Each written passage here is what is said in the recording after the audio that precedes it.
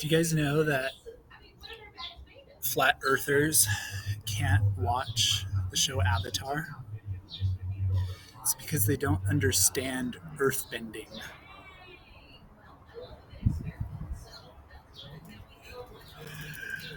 Why didn't the Avatar want to fight the Fire Nation?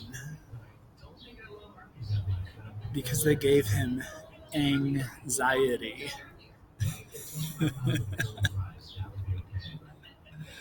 What does toilet paper and the Avatar have in common? They both disappear when the world needs them most. You guys say that my jokes are dumb and you wish I didn't make them, but I know some of you use these. Right? You probably text them to each other like, "Oh, Mr. Bruce's joke in the last social studies video was so funny. Did you see the joke he made about Avatar in his second John video? Oh, we're so lucky to have him." I know that's what you guys do.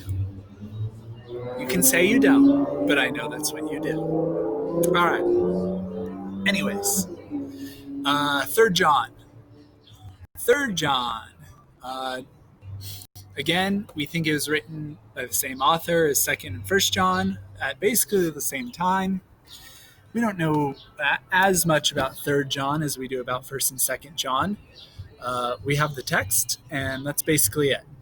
So 3rd John is a letter that kind of goes alongside Acts of the Apostles in that it's beneficial, not just because it's the inspired word of God, but also because it gives us access to see kind of how the early church worked. So it works well as a historical document, not just a spiritual one. So John says, "The elder to the beloved Gaius, whom I love in truth. Beloved, I pray that all may go well with you and that you may be in health. I know that it is well with your soul." So from 2nd John, we know what the elder is, what that's all about. So who's Gaius? To be honest, we don't really know who Gaius is. We think he's a prominent Christian leader in a church community that John is writing to. We know that John likes Gaius. That's why he calls him beloved. Gaius, there is a record of a bishop Gaius from this region. So Gaius may be the bishop or a future bishop. But Gaius, like John, is a very common name in this time in this region. Right? So this could be a different Gaius. We really don't know. Whoever it is, he's a prominent Christian leader. John likes him. John's greeting shows the deep love he has for the early Christians, and it's kind of like a typical expression of the kind of love that Christians share with one another. So he expresses care and love for Gaius's physical as well as his spiritual well-being. Right? He wishes him well in his health. He says, "I know it is well in your soul. For greatly I have rejoiced when some of the brethren arrived and testified to the truth of your life, as indeed you do follow the truth." So John has sent Christian teachers, Christian missionaries to this Christian community of which Gaius is a part, right? And these Christian teachers are reporting back to John, and they're saying Gaius is a good guy.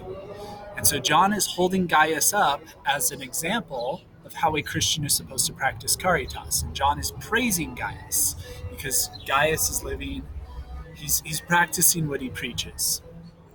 Right? So John says to Gaius, "You follow the truth. You do follow the truth." This is an expression from the Old Testament, actually, and Jews in general would have been familiar with it. When you say that someone follows the truth, what you're really saying is that they are following God's laws, right?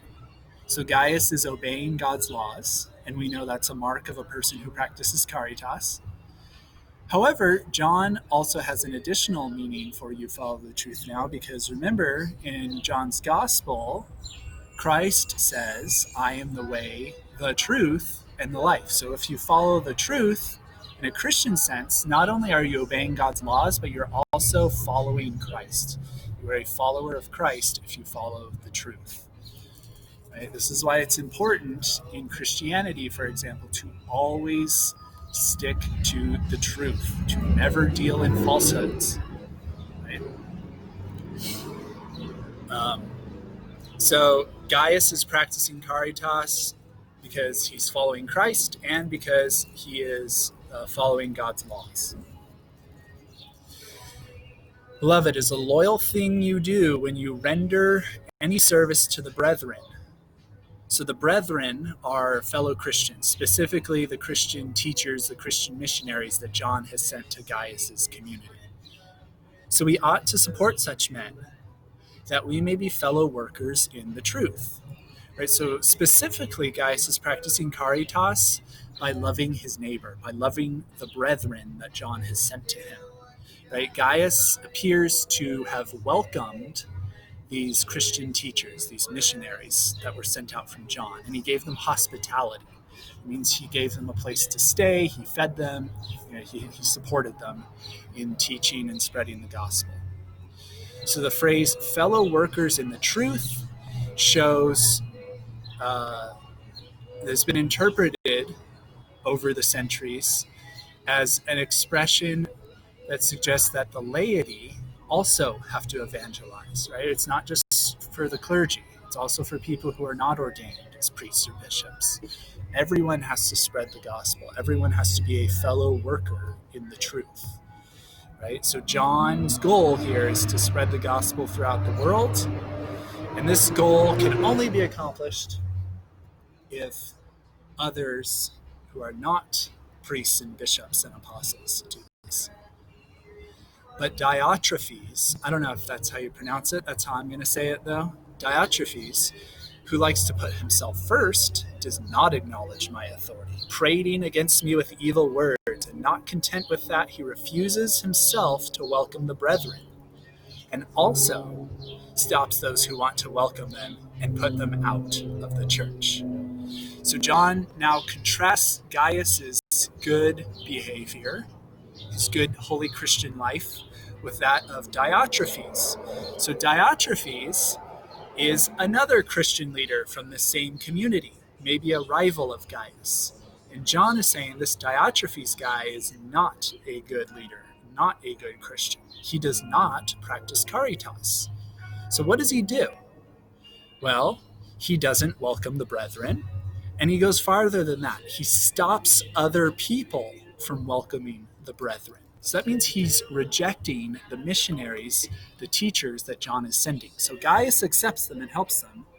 Diotrephes rejects them, turns them away. And then he goes a step farther and says, Diotrephes also prevents other people from welcoming the brethren. Right? So he's doing the opposite of practicing caritas. He's not showing love for his neighbor. Now, Diotrephes also does two other things. He prates against me with evil words. That's a fancy way of saying he lies about John.